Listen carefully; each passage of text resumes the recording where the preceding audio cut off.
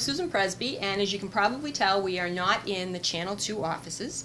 I am right now in the endoscopy suite at Littleton Regional Hospital, pretend, I am not the Katie Couric, I am not getting a real colonoscopy, but I am going to pretend to get a colonoscopy. And this is Carleen Whitcomb, one of our RNs here at the hospital, and she is going to walk me through what happens when someone is admitted or someone checks in to get their colonoscopy. Hi. Hi. Welcome to endoscopy. Typically what happens is we will have called you the day before to go over health history, gather information from you, tell you what time to be here. So today when you arrive, we'll walk you in, have you change into our gown, get you settled on the bed, use our monitor to take your vital signs, listen to your heart, give you a once-over, make sure everything is as we told you it should be. Okay. Make sure that you've done your prep the way you were instructed by your physician, that you followed all of those rules. No eating after midnight. No eating after midnight. That's one of our biggies. Make sure that you've done the clean-out procedure so that the doctor can get the best look possible at your colon so that we don't miss anything. It's all about making sure your colon is clean so that we can see everything we need to see. Okay. So when you come in, we'll get you settled in the bed, try and make you comfortable, answer any questions you have. You will get an IV started, do that for you, and then either a registered nurse or a member of the Department of Anesthesia will provide sedation so that you can tolerate the procedure. Now, what's the IV? When you start the IV, what is that? That's just to give you some fluid because we've not let you eat after midnight. Again, one of our big rules, so that we can give you some fluid, and it gives us, it's kind of the transport system to give you any medications that you're going to have for during the procedure. Now, are you unconscious or conscious when you have it done? You sort of have your choice. There's something called procedural sedation, which can be administered by a registered nurse. So one of the endoscopy nurses, one of the same-day surgery nurses would be with you giving you medications, typically a drug called Versed, a drug called Demerol, to make sure that you're comfortable during the procedure, but you'd be able to respond to commands. If we said, Susan, we need you to take a deep breath, you'd be able to do that for us without any difficulty is the goal of procedural sedation. If you have a member of the Department of Anesthesia with you, it's pretty unlikely that you would be responding to questions. They have, by license, can give bigger drugs and have and they can put you to sleep. More to sleep. Not so asleep that you'd need to be having a breathing tube the way you do in the operating room, but asleep enough that you would have very dim memories of your day here with us. Oh, good. Yes. Not that I do. No, we're nice people, but that's mostly people's goal is to have a pretty dim memory of all of this. And so I come in here, I check in, and then do you take me into the endoscopy suite, or does one of the physicians come in and get me? How does this work? Typically will have a chance to meet with your doctor either here or in the endoscopy suite to say hi before you get any medication so that any last-minute questions, everything is answered. We want to make sure that you feel as prepared as possible for this procedure, and then we'll get things started. Okay. And what would happen is I'd hand you off to the next nurse in line. So why don't we move along and we can do that.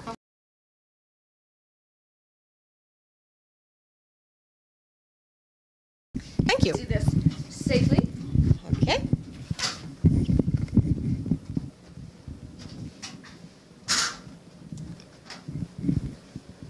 And away they go. And away we go. This Hi. is Meg. Hi there, my name's Meg Amadon. How I'm are one you? of the GI nurses here at Littleton Hospital, and I'm going to be with you while you have your colonoscopy done today. Oh, good. This is one of our endoscopy rooms. Do we want to? And this is where we'll get you situated for your procedure. Okay. So normally what we do is we're going to hook you up to some monitors so that we can monitor your vital signs during the procedure. And we will have the physician come in. They will talk to you, answer any questions that you might have, and then we'll give you some medications, get you sedated so you're comfortable before the procedure. So at this point, the only thing I have for medication, I basically have the IV just giving me liquids. It's in here that I would be getting any further medication. Exactly. After the physician speaks with you and answers any questions that you might have before we get started. Okay? Great. All right. Thank you.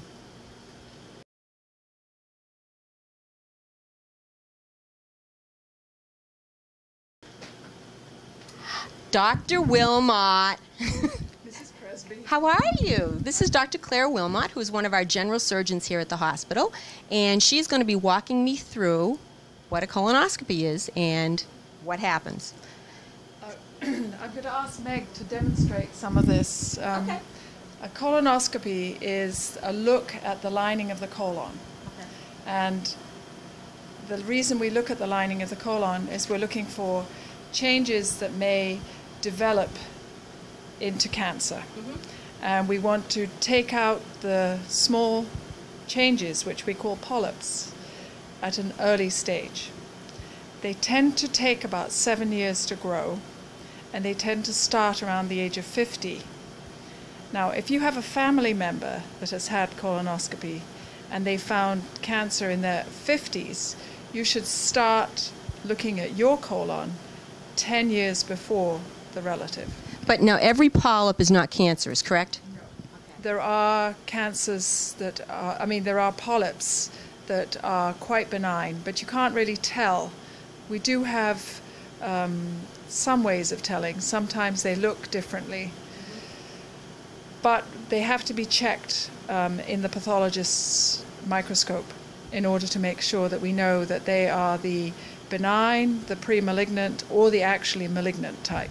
So if you have a family history of benign polyps, is that a suggestion that you should get a colonoscopy earlier than otherwise? There's a matter of language, because sometimes people think of benign polyps as the pre-malignant ones that have not become malignant. So you can't exactly trust what you've been told. If you see the pathology and you say hyperplastic versus tubular adenoma or villous adenoma or tubulovillous adenoma, Call Claire. or get your colonoscopy. Okay. How do you perform a colonoscopy? Can we look at the colonoscope itself? As long as you're just looking. Right. It's about 5 foot long.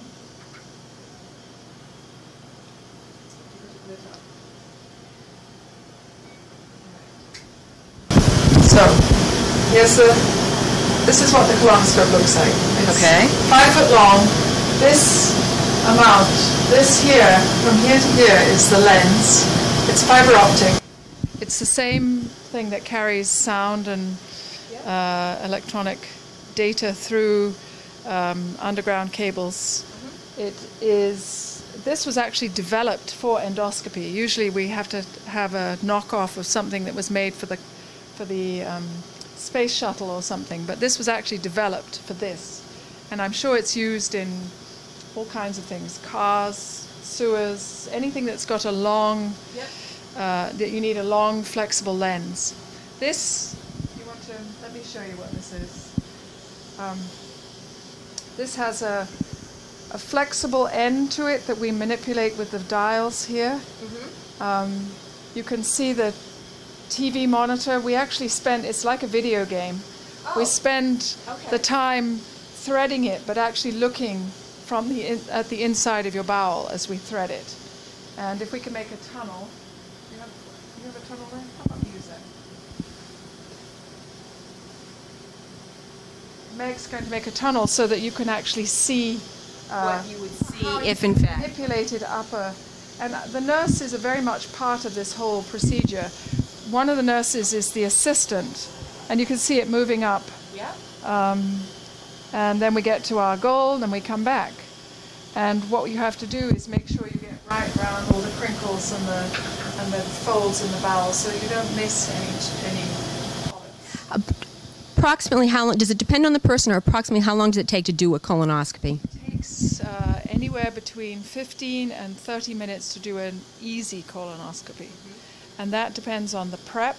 And if you have a good prep, which is quite torturous, if you have a good prep and you are not sick and you haven't had too much intra-abdominal surgery, you can actually have a very easy colonoscopy.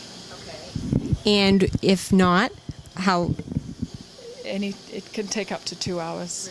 Really? Yes. And that's why we prefer to have anesthesia, because people are comfortable. Air has to be inflated into the bowel, and we use this for inflating air. And I'm going to squirt. Can you see this? I'm going to squirt. Mind out. Squirt a little water, and then this sucks it back up. So we actually have several instruments. Do you have any?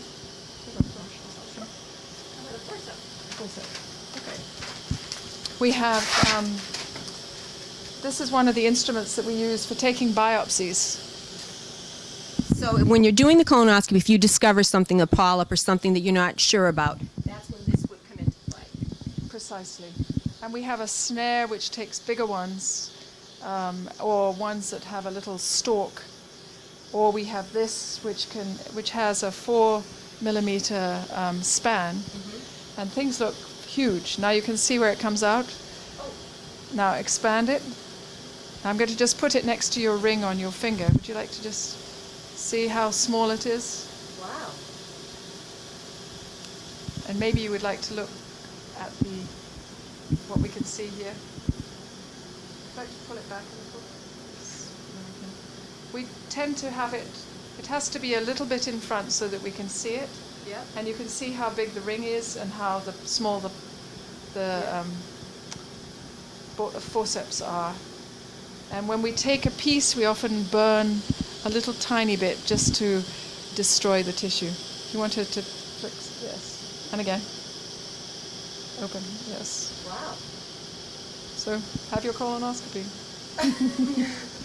We have to take over 6 minutes to take this out because you can close it. And you can remove. We work as a unit.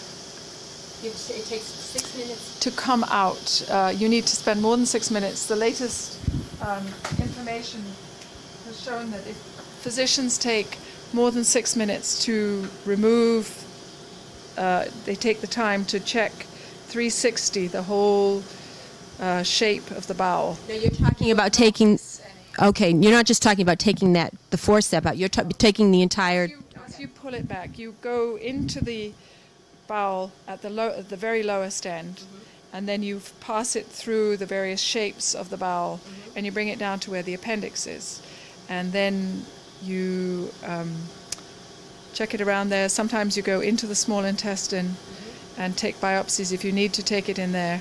Sometimes some of the reasons that you do colonoscopy are not just for polyps, and so that you do have to check a little bit more of the bowel. Now, what would be some of the other reasons that you would do it other than for polyps?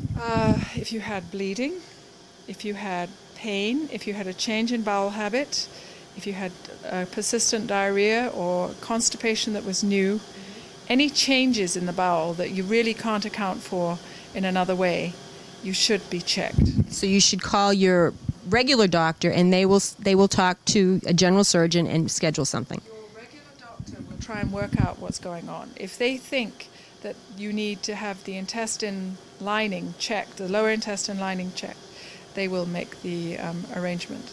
Okay. How old should you be to have your first colonoscopy?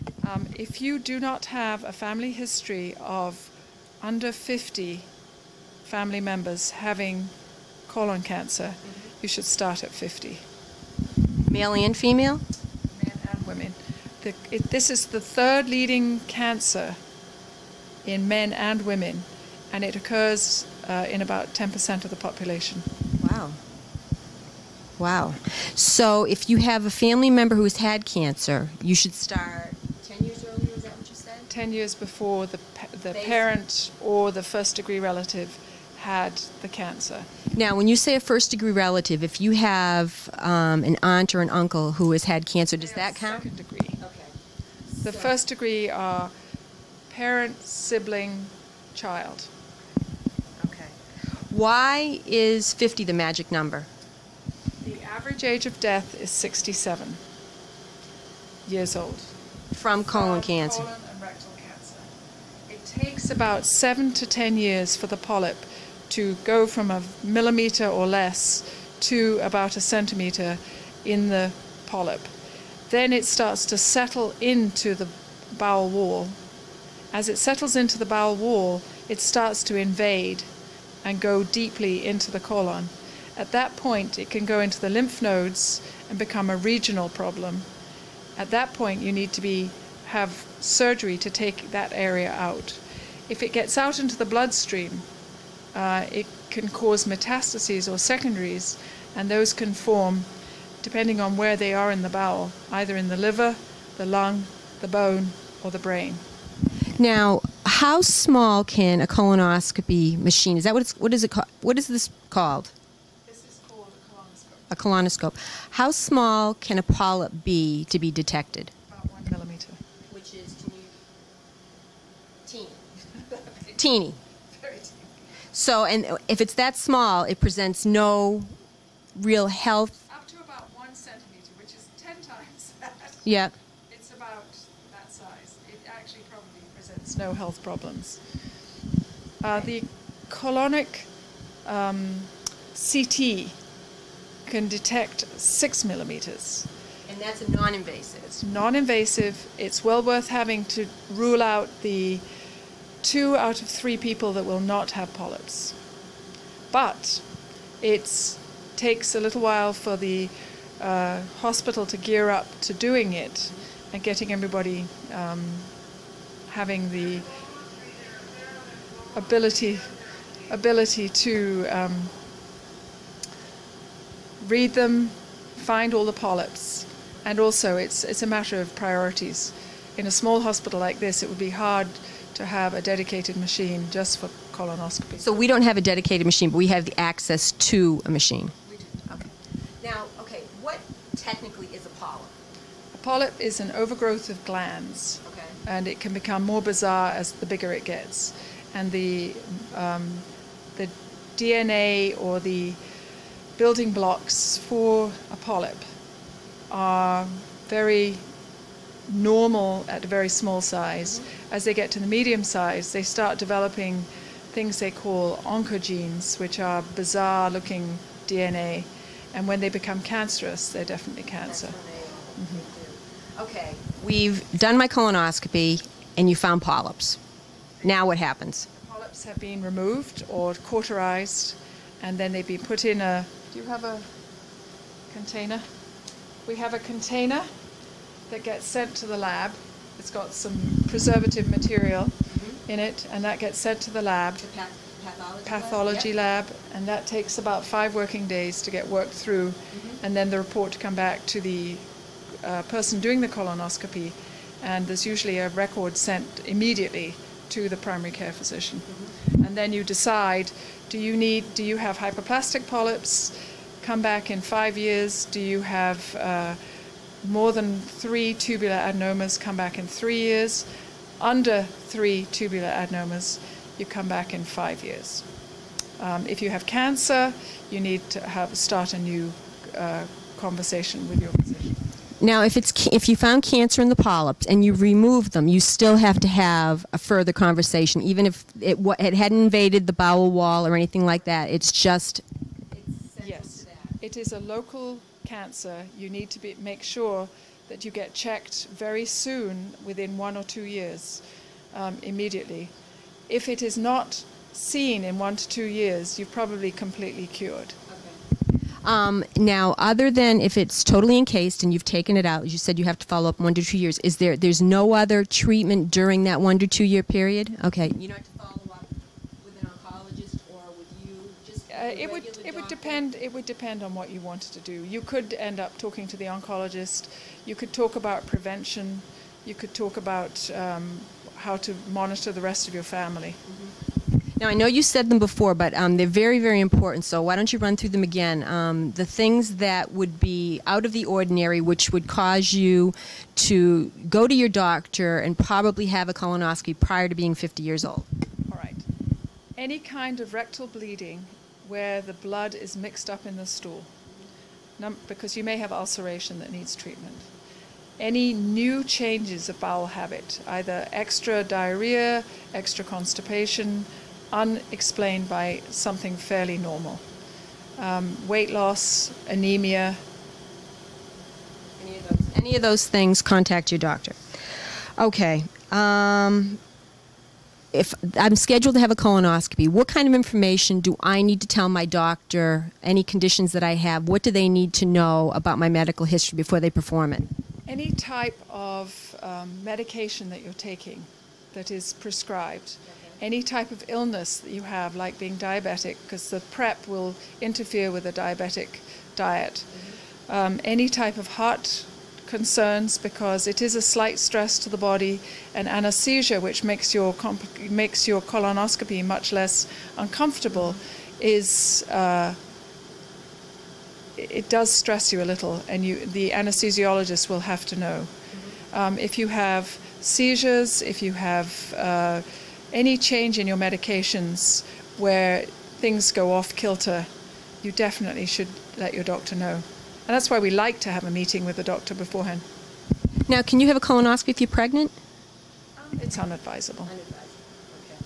Okay. I just thought of something, and I can't remember what it was, but I'm sure I will. Oh, I know. If you're taking herbals like vitamin E or B12, not B12, evening primrose, or any of herbal things, do you need to tell your doctor about that? Garlic, ginger, lots of broccoli, things that actually increase the ability to bleed, including ginkgo biloba, coumadin especially. They're all the things that cause you to bleed. Vitamin E apparently has some theoretical increase in bleeding. But generally, it's a good idea to let your physicians know if you're taking any kind of herbal supplements. Okay. Is this an outpatient procedure, or is it something that I have to be admitted and spend the night? It's usually only 2 to 3 hours of your time, but From start to go? from start to finish, Yep. if everything's on time. We have moments when things... Well, you know, emergencies happen. I heard them paging you a few minutes ago. Now, this is the bad question. What do I have to do to prepare for this procedure? You have to have a clean bowel. Okay. So we do have, I'm not going to go into the whole detail, but you do have very specific things to do. You have to avoid eating food, anything with pulp in it, and anything that's going to make clots like dairy, so that we can see the lining of the bowel. So for a whole day before, you go on clear liquids and you take laxatives. And you have to maintain hydration. So the clear liquids, which seem like a real strain on the system, are actually very important for keeping the tissues normal so that we can do the colonoscopy. All right, I'm done the colonoscopy. What happens after the procedure? When you're done, you go back to same-day surgery. And I stay there until the anesthesia wears off? The anesthesia wears off, you get rid of the gas that we put in with the colonoscopy, and that's a very cheery time. I didn't have my whoopee cushion. Is there anything that people can do to prevent polyps, or as a preventive thing for colon cancer, that they can do proactively? Dartmouth has come up with some 20 years of research. They looked at aspirin and calcium. Aspirin is not, we haven't figured out whether it's 325, whether it's two aspirins a day, but it's not really advised because aspirin has secondary effects, which are bleeding of the lining of the stomach, etc. However, there is some substance in the aspirin that prevents the laydown of these changes in the bowel wall. They also think that calcium, what we menopausal women take for bone density improvement, is probably the right amount of calcium that prevents polyp formation by 1/3. Wow. Cuts it down by 1/3. Now, how about And it has a protective effect. So if you take it for 5 years, it might last 10 years. How about they talk about a diet high in fiber and Those are good for the bowels. Those are good for other parts of bowel disorders, but not for polyps. Okay. No, for the colon too, but Not for preventing polyps. Okay. So they've done this and they found something, and it requires surgery. Now what? You need to prepare to go and talk to your doctor, go and discuss a workup for cancer, and you need to have that piece removed with the lymph nodes.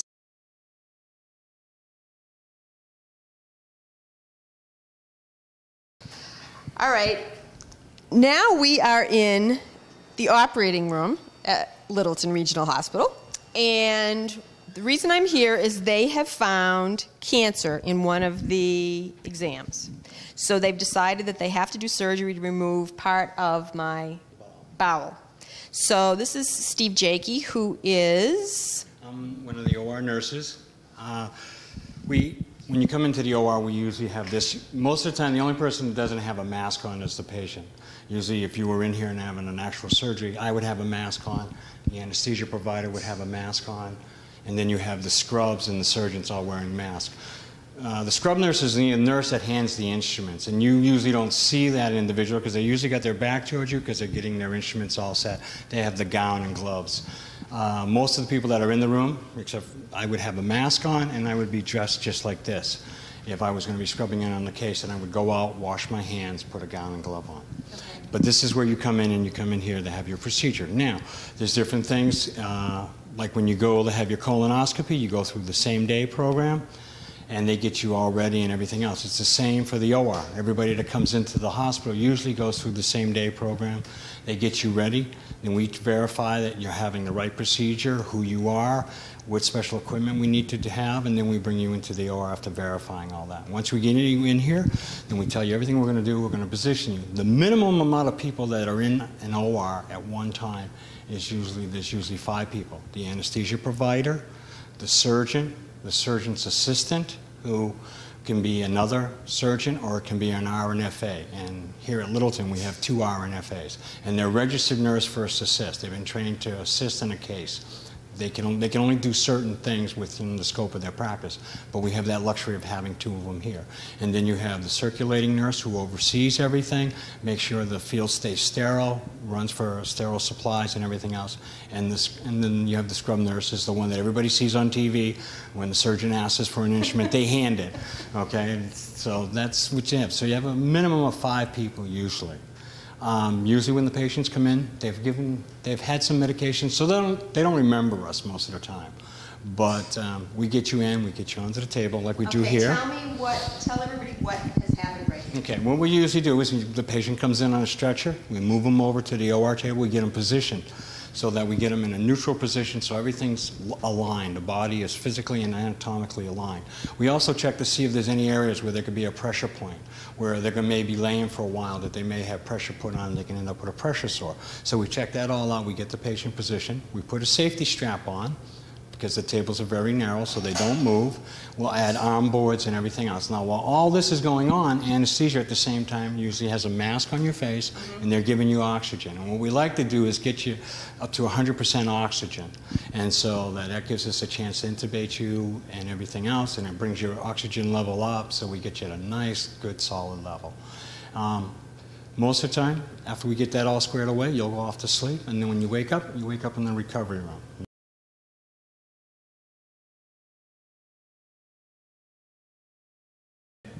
Okay, Steve has gotten me, and this crew has gotten me all ready for surgery. So now you come into the room. What happens now? Right. Once the surgeons are in the room, the timeout is performed, and the correct side, either right or left or in the middle, is identified.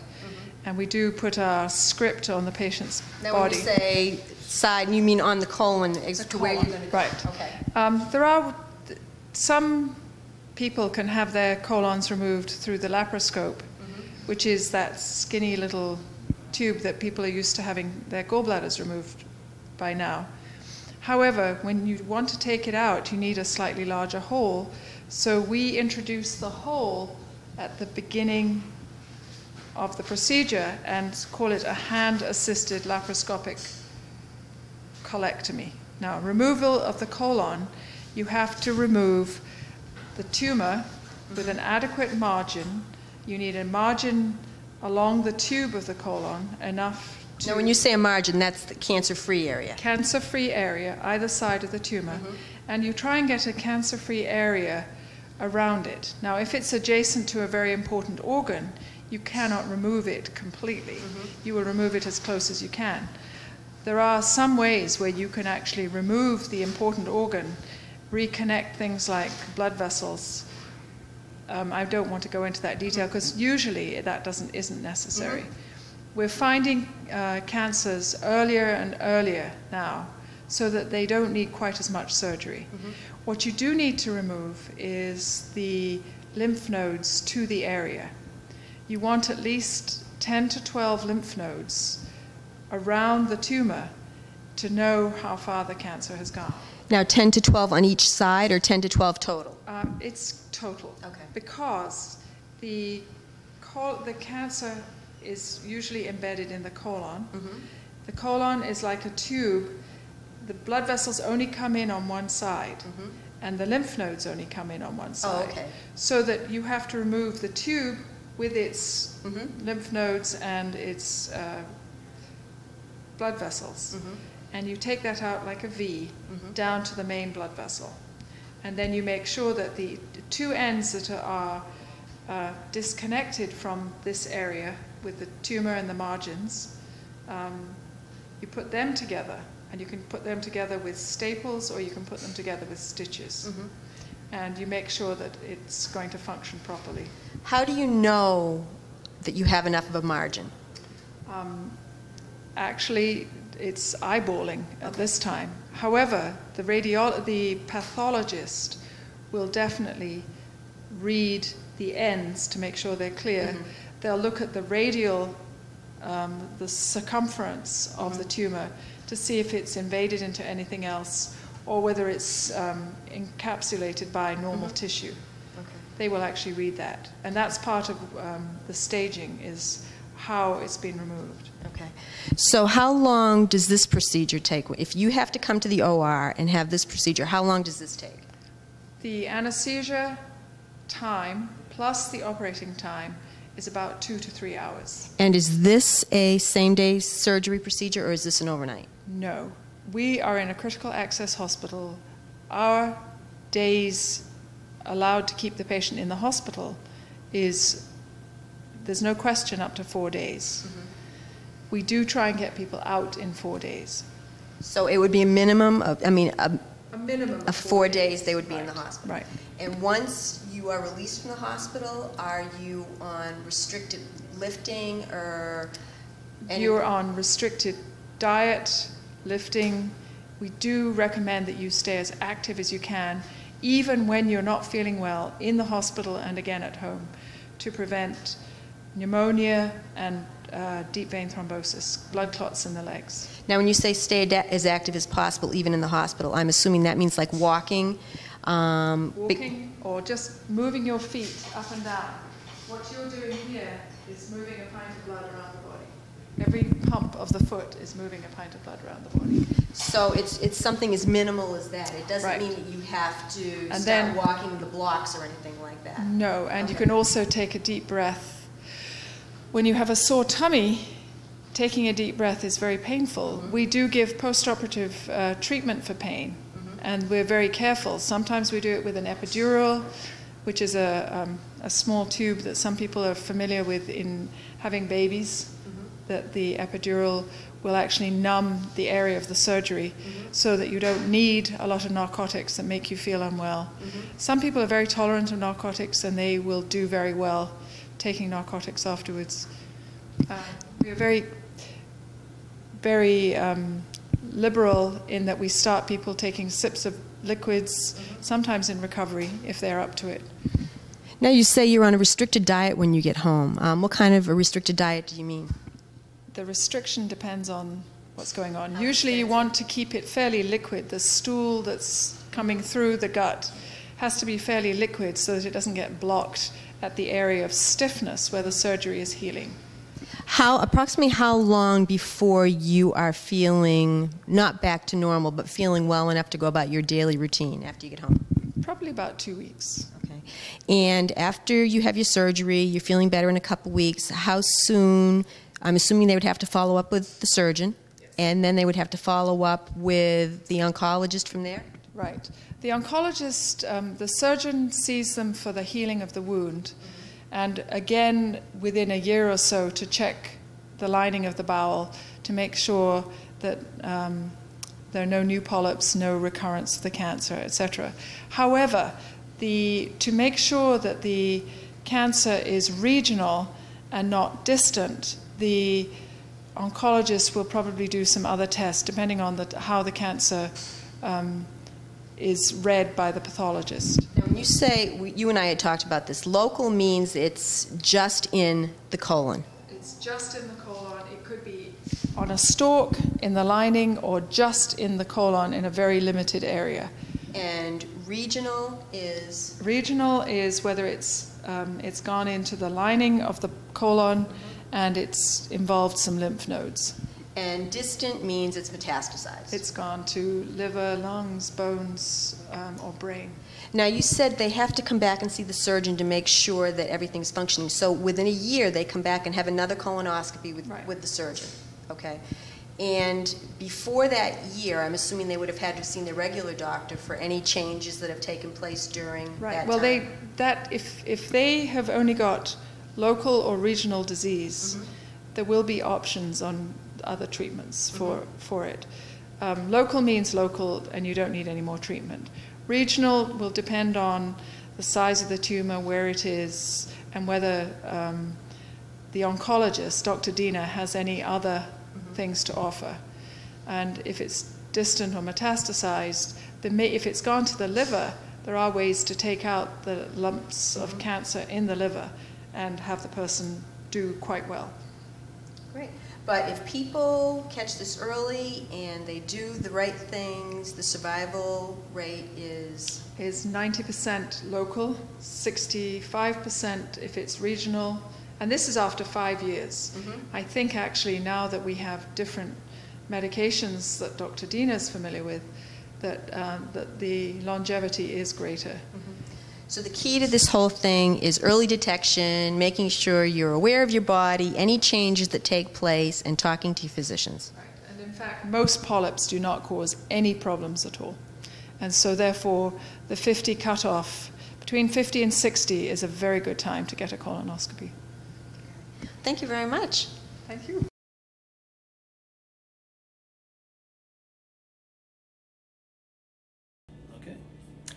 Hi, I'm Susan Presby, and I am here at Littleton Regional Hospital in the office of Dr. Jerry Diener, who is the oncologist. Hi, Jerry. How are you? Hi, good.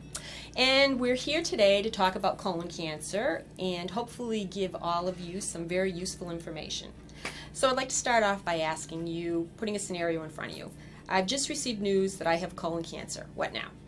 Well, initially, the first thing you'd want to do is try to make sure you remove all of it. Sometimes this can be done with the original colonoscopy. However, in most cases, people will need additional surgery to evaluate whether that's been accomplished, also whether there's any kind of lymph node involvement, things like that. So the colonoscopy can actually, when you're doing the colonoscopy, they can actually take the cancer out then? In some circumstances, if it's very isolated, for instance, if it's on the stalk and there's no invasion, it's a possibility. Okay, great. What's the significance of lymph node involvement? Well, that would help us determine how far the cancer has advanced. The surgery has to be done in an appropriate way, which the doctors here are well versed in order to determine how far the cancer has gone through the colon wall, if there's invasion into the lymph glands, if there's been travel to the lymph glands, and ultimately we want to do additional testing subsequently to see if there's possibly any travel elsewhere. This helps us determine the right kind of treatment that could be suggested in addition to surgery in order to ensure that the cancer has been completely removed and won't come back. Now, how do you determine if there's lymph node involvement? When the doctor does when the surgeon does the initial surgery, they remove a portion of the bowel, they move tissue surrounding that area, and that tissue is examined by the pathologist to look for lymph glands, and they will do sections on the lymph glands and look at it under the microscope to see if it's been involved. Okay, great. What's the treatment? What treatments for colon cancer can I receive right here in Littleton, at Littleton Regional Hospital? Well, we have many treatments here. The treatment will be determined on what's called the staging. The staging is part of that would be the lymph node involvement, the invasion through the colon wall. And the treatment will depend on what stage a person has developed with their cancer. Earlier cancers require... That would be stage 1, correct? Stage 1, 2, or 3. Stage 1 or 2 may require one kind of treatment. Stage 3 and 4 would require other kinds of treatment. And stage 4 is the... Stage 4 generally is when it's advanced outside the local area and has metastasized. Okay. Stage 1, most people don't need any kind of treatment. There's stage 2A and stage 2B, and that's questionable. Right now, the oncology community is not 100% united as to whether people need treatment for that. It depends on some other factors, for instance, invasion of the tumor and so on. Stage 3 is where there's almost unanimous agreement that if a person physically can tolerate it, that they should get additional treatment. Now, there are certain cancers, for instance, rectal cancer, which is also considered a type of colon cancer, which you would want to do the staging and some treatment before you actually do the surgery, because in certain cases, by giving a combination of chemotherapy and radiation treatment, you can minimize the chance of it coming back when surgery is ultimately done. With most colon cancers, though, you do the evaluation after the surgery and the determination whether the appropriate treatment is chemotherapy, biotherapy, vaccine therapy, targeted therapy. These are all treatments we have available here. Some of them are new terms. People may not be familiar with them. Chemotherapy people generally are familiar with, think it's a very toxic regimen. It does not have to be. Drugs are basically determined which combination is best for the individual patient. We have certain standard combinations, but we take into account how we think a patient would react and what would be most appropriate. Vaccine therapies, there's a new drug that's used in addition to chemotherapy. That's usually for more advanced cases. We have what are called targeted therapies, which instead of being toxic like chemotherapy, they actually aim at biochemical processes that affect the way cells multiply or don't multiply. We have those available here. Some of them are available orally. Some chemotherapy drugs are available orally. It all depends on what the staging is and on the individual person. Yep. So the only treatment that they would not actually be able to receive here at Littleton would be the radiation treatment That's right. at this point? And we have that close by. That's right. only 20 to 30 minutes away, and we work in close conjunction with them. And in cases where people may need chemotherapy with radiation treatment, that can be easily accomplished. They can do their chemotherapy here, and then they can arrange the radiation. Right. And actually, some of the chemotherapy we now give along with radiation, in what we call chemosensitization, is an oral medication. So it doesn't even require intravenous treatment. Great, great. How long is the treatment for colon cancer? If it's adjuvant therapy, and again, adjuvant meaning in addition to surgery, generally it's 6 months. And the most common regimen, called FOLFOX, is given every other week for the 6-month period. The treatment involves coming here to our office, and perhaps we'll go in and I'll show you our treatment area. Coming here, getting a medication intravenously for about 2 or 3 hours. Then a portable pump is applied to the intravenous line, and they get another medication continuously for 46 hours. This is repeated every 2 weeks. So you'd go home with the pump? Go home with the pump, okay. Yes. And it's, I mean, you don't have to do anything once you get home. It's all very self-contained? It's self-contained. The patient doesn't have to do anything with it. If there are any questions or problems that arise with it, we have a company that works with us on these pumps, and they're available 24 hours to handle any problems. Great. What side effects can I expect from this? Is the big one? Yeah, well, it's not the way it used to be when I first went into practice. And when I yesterday, right? Yeah, you're such a young man. 20 some odd, whatever, 9 years ago. The drugs we now have to reduce the side effects are amazing. Most people are afraid of nausea and vomiting. Right. Most patients don't have that as a major problem anymore, even as a minor problem. There are many patients who don't have it at all because we pre-medicate to prevent that. There are other toxic effects that chemotherapy and those other treatments can do. And we do pre-medicate for that as well, to make sure the blood count stays up so that someone doesn't feel weak or tired, to make sure that their white cell count stays up so they don't get problems with infections. Other side effects that can occur are mouth sores, fatigue, numbness and tingling from some of the drugs. We have ways to reduce them, not entirely to get rid of them. But everything is a risk and a benefit in medicine, whether it's for cancer treatment or other kinds of treatment. And in general, the risks that are involved with these life-saving treatments are generally considered to be acceptable. And do the side effects subside or go away once the chemotherapy or the drug therapy is completed? Yes, they do. Now, it varies for different people. I generally tell people you're really not going to feel 100% for a year afterwards. Realistically, that's the way it is. Most common side effect, by the way, is fatigue. Not nausea and vomiting, not any of those other problems, but cumulatively fatigue. And after a few months, people feel pretty good, maybe even after the first month. But I really tell people, don't expect to feel normal for about a year. And with chemotherapy, if I remember correctly, the effects don't happen. It's not like you start chemotherapy and all these effects just automatically happen the next day. It's over the time, as you get more chemotherapy into your system, then the effects, you feel them more, especially with the fatigue. The fatigue, yes, but it's interesting. Other types of problems, such as the problems with the blood cell count or with mouth sores and things like that, seems to actually reduce with time. People's bodies seem to become accustomed to it, and those problems And their tend to be immune less. systems, Yes. yep. Well, that's great. How often do doctors recommend repeat colonoscopy screenings? Okay. Well, those are generally recommended based on if someone's had cancer or not. There are different guidelines for preventative screening. I think one of our other physicians will be talking to you about that. Once they've had cancer, though, it's not a bad idea to have repeat colonoscopy a year later after they finished all their chemo and all their treatments.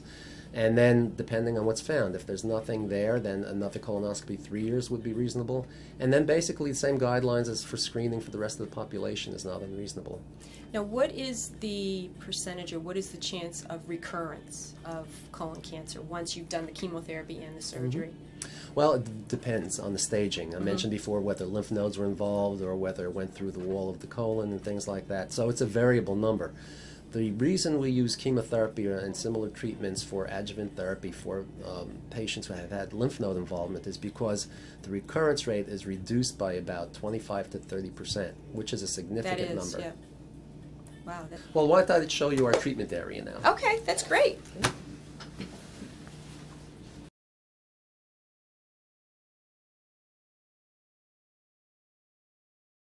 Okay, now Dr. Diener and I are coming into the treatment room here at Littleton Regional Hospital, and we are joined by RN and Wiggett. So, Dr. Diener, why don't you just tell me a little bit what's in this room, and then what I'm going to do is I'm going to pretend that I'm a patient coming in for my chemotherapy.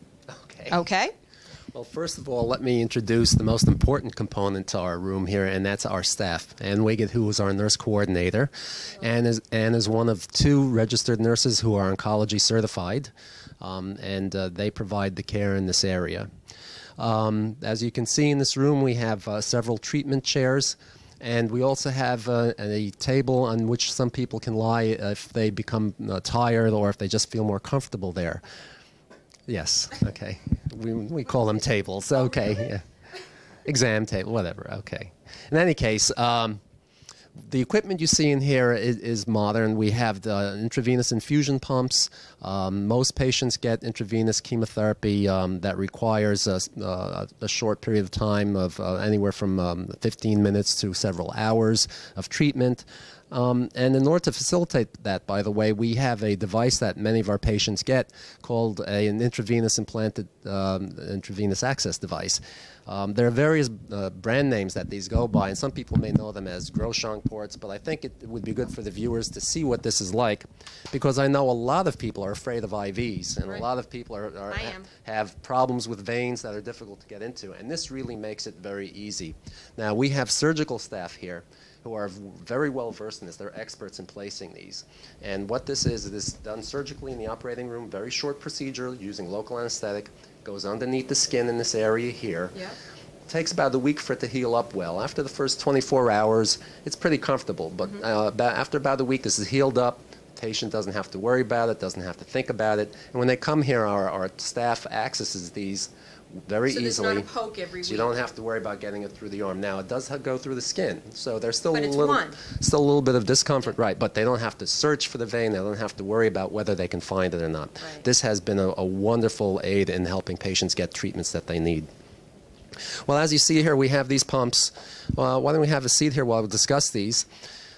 Patients get standard treatments here. We also have a certain availability of investigational treatments. I am registered with the federal government to be able to give investigational treatments, which are sometimes called protocols. We have an IRB here at this institution. I believe you're a member of the board, right? That's an investigational review board, so that we can perform all of the functions that legally are required to make sure that patients are treated safely and ethically with any of these investigational treatments. Now, are there any existing protocols for colon cancer right now? Right now, we don't have any here at the present time, right? It's on an as-need basis. But there are existing protocols somewhere for the colon cancer? Yes. Right? Mm-hmm. Okay, great. Okay, I have just arrived for my first chemotherapy appointment. What happens? Okay, well, Anne, perhaps you could fill us in on that. Okay. Usually What happens is, before the patient arrives in this treatment room, Dr. Diener has told us what kind of drugs the patient is to get, and we sit down and have a patient educational session with that person. So once that happens and we schedule a specific date, the patient comes into our department and gets registered by Vicki Bain, our secretary, and then they come into this treatment room, and we proceed to start an IV. And once the IV is started, or we access the port, depending on which way we're using it, then we provide you with some pre-medications, and those are usually somewhere between 15 or 20 minutes, and we let them sit around for 30 minutes, and then we start providing the chemotherapy.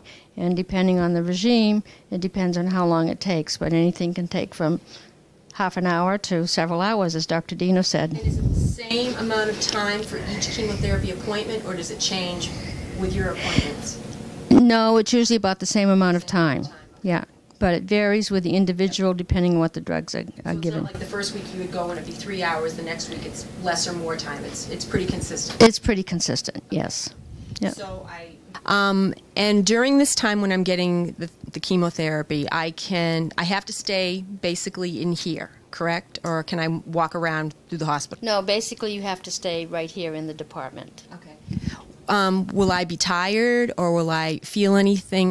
Will I feel nauseous or anything while I'm getting the chemotherapy? You should not feel nauseous or tired at the time that you're getting the chemotherapy, unless one of the pre-medications is a little sedated. Mm-hmm. But basically most people are pretty alert. If they feel like they want to nod off, they do nod off and take a nap, or they can watch television, read a book, whatever. Okay. And I finish this chemotherapy, you either disconnect the port, well, disconnect whatever, or take the needle out of the IV, and then what? And then once that has happened, we'll give you some discharge instructions about whether you may need to take some extra medication at night or the next day, and let you know when you have to come back in again. Sometimes the patients also get another injection the day after chemotherapy to provide and to help the white blood cells. Something like Neulasta. Something like Neulasta, yes, so that that increases the white blood cells and helps to prevent some infections. And they would come here to do that, or they can have a family member do that? No, they would have to come here to get that done, yeah. I think one of the important things that we try to accomplish here is to make this as pleasant an experience as possible. And if you can think chemotherapy is pleasant. But we try to have facilities here so that patients can read, watch TV, see videotapes. The family members can be with them to keep company. Sorry. We also, if they're here through meal times, we will provide them with food, because you don't want someone going hungry here. Right. And sometimes that actually helps reduce some of the side effects, some of the nausea and things, if people can get something into their stomachs. Now, if the person gets home that night and they're either feeling anxious because it's the first time they've ever had that, and they feel like they're having some symptoms, do they call you, or do they call? Is there a hotline, or who do they call if they're having issues? First of all, we usually, in almost all cases, send them home with prescriptions in advance of their first treatment. So they should have medications available at home, should they still get some side effects, and they have those medications available. Otherwise, if they do have symptoms regardless and those medicines don't work, then they do call the number here and find out which doctor is on call. And actually, many times, they will get Ann or Cheryl if the answering service is aware that they're familiar with the patient. So once again, it's local care, local treatment, and everything is right here. Great. Correct. That's correct. Anything else as far as the chemotherapy or aftercare? You're done chemotherapy. Why don't we talk about that? You finished your round of chemotherapy, then what can you expect?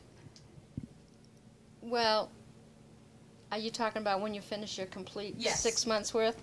Okay. Or however long, right. Or whatever length of treatment. Usually what happens after that, Dr. Dina then sees the patient about a month after the chemotherapy is finished to see how things are going, and depending on your diagnosis, he will then probably follow you every 3 months for the first couple of years. And do they come in and see you for follow-up, or just do they see Dr. Dean? Frequently, by the way, they'll come in and they will see the nurses before they see me.